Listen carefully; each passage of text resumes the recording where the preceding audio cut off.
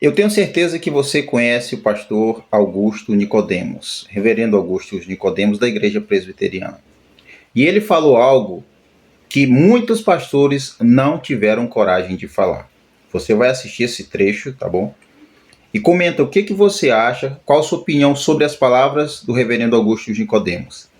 E eu vou colocar outro trecho de um vídeo de 4 anos atrás, que ele estava falando algo muito importante sobre o resultado das eleições, porque nós vimos muita gente assombrada, apavorada, com medo, e agora o que vai ser da igreja, porque o fulano assumiu a presidência e o ciclano, o salvador, porque para muitos parece isso, não ganhou. Então, preste muita atenção e daqui a pouco a gente se fala.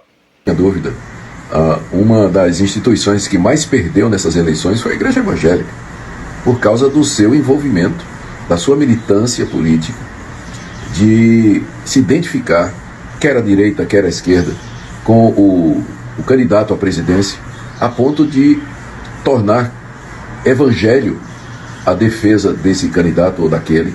Então a igreja sai muito arranhada disso tudo aí, e eu lamento por isso. É tempo da igreja se arrepender no pó e na cinza, clamar a Deus por um avivamento espiritual, uma renovação, para que ela possa retomar a prioridade dela. Ela é a consciência do Estado, ela não pode ter rabo preso, a política. E ela tem que pregar o Evangelho de Cristo Jesus.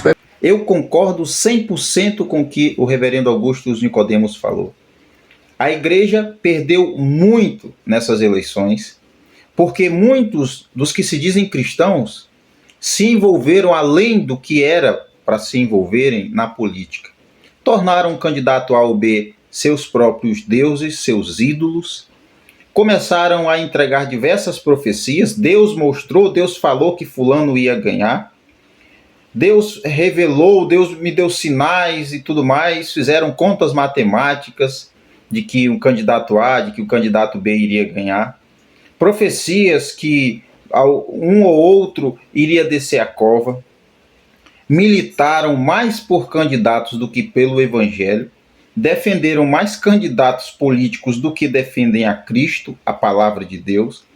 Então foi uma vergonha em muitos tempos, a ponto de acontecer até dancinhas, de acontecerem de um grupo, parece que de coreografia pelo menos, cantando uma musiquinha política com o nome de um candidato, de um partido dentro do templo, em um horário de culto. Então foi uma vergonha total mesmo. Mas assista agora outro trecho de 4 anos atrás do reverendo Augusto Nicodemos. Hoje é dia de eleição no nosso país. E tem gente nervosa, né?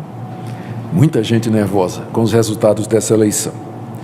Eu entendo a preocupação de todos, mas eu queria lembrar a essa altura que nós não somos como os demais, que não têm esperança. O nosso Deus está acima de todos os governos.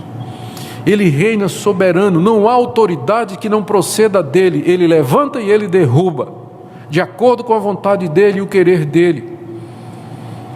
A igreja não deve temer governos maus e ímpios. Nós sobrevivemos ao Império Romano, nós sobrevivemos a perseguições de governos ateus e materialistas em outras partes do mundo, na história recente da humanidade.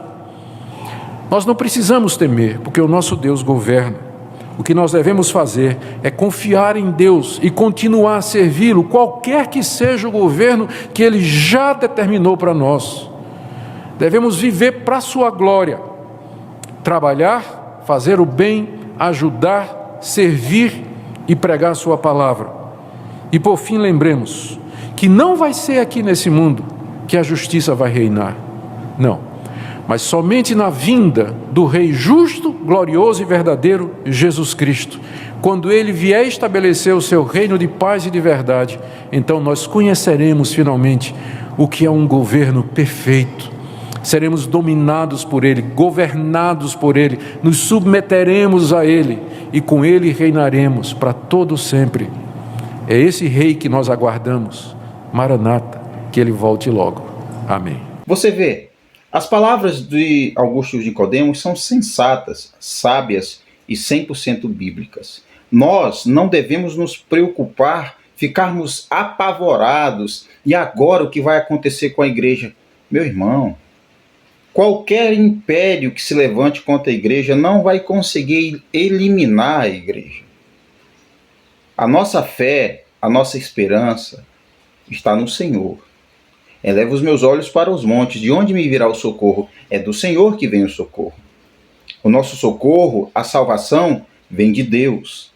E ainda que muitos de nós venham a perecer, perder a vida em meio a perseguições, em meio a afrontas, nós sabemos que isso faz parte da caminhada com Cristo. Assim como os nossos irmãos da igreja primitiva passaram por todas aquelas aflições, assim como muitos dos nossos irmãos estão passando por aflições em outros países e sendo perseguidos, perdendo a vida. Mas nós não podemos esquecer que a nossa fé, a nossa esperança, a nossa confiança, o nosso socorro, ele vem do Senhor. E essa vida terrena, ela não é o final. Nós sabemos para onde estamos indo e a quem nós estamos aguardando. Deus abençoe você. Até o próximo vídeo.